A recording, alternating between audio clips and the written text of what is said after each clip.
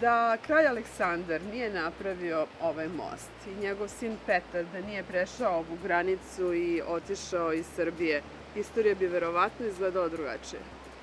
Naravno da je tako, pošto znamo da je Petar II. Karađorđević 12. aprila 1941. godine napustio Srbiju, prešao preko ovoga mosta i otišao dalje u inostranstvo u Veliku Britaniju, odakle je nastavio svoju borbu protiv okupatora.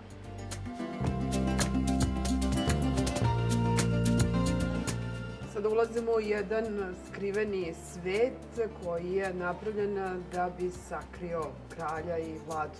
Tako je, ulazimo u ratno tajno komandno mesto kralja Aleksandra I. Karađorđevića, po čijem se nalogu i gradio podzemni grad.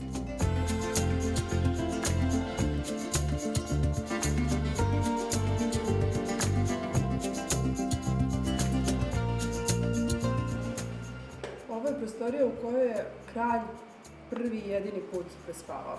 Tako, to se desilo od 9. do 12. aprila 1941. godine, kada je Petar II. Karađorđević boravio ovdje u podzemnom gradu i u samom podzemnom gradu su ovdje desile posljednje sjednice Kraljevine Jugoslavije, gdje je donešena odluka da Petar II. Napusti svoju otadžbinu. Hoćemo li preći u prostoriju u kojoj je održana posljednja sednica? Naravno, čim vas pobjedim u šahu.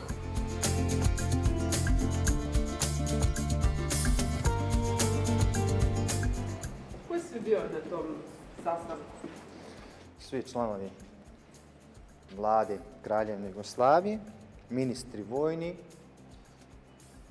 ljudi koji su bili sam vrh Jugoslavije.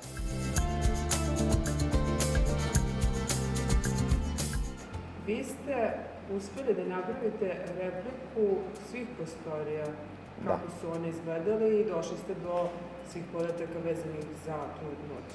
Tako je, sada se sve prostorije ne nalaze gdje su pre bile, da, evo na primjer ovdje imamo u jednom nizu 6 manjih prostorija gdje su bili apartmani za članove vlade i Kraljevine Jugoslavije, da sve ne bi to bilo identično za posjetioce. Sada se tu nalaze i vojni magazini koji su također postojali u podzemnom gradu, ali oni su bili smješteni tim bočnim ulazima i izlazima gdje su prostorije preko 200 kvadrata.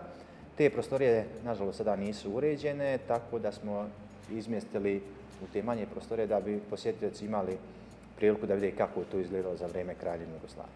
Ukupna površina podzemnog grada iznosi 5000 kvadrata, a sačinjava ih 75 prostorija. Dužina svih hodnika iznosi negdje oko 1,5 km.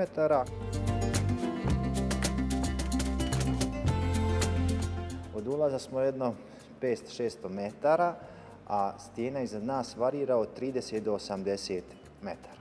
Kako reaguju onda posjetioci kada dođu ovdje do prve kafane ispod zemlje? Pa reaguju sa oduševljenjem još kada im ispričamo da će ovdje u dogledno vrijeme biti vinarija gdje će moći da se posluže sa odgovarajućim vinima, onda njihovo oduševljenje bude još veće.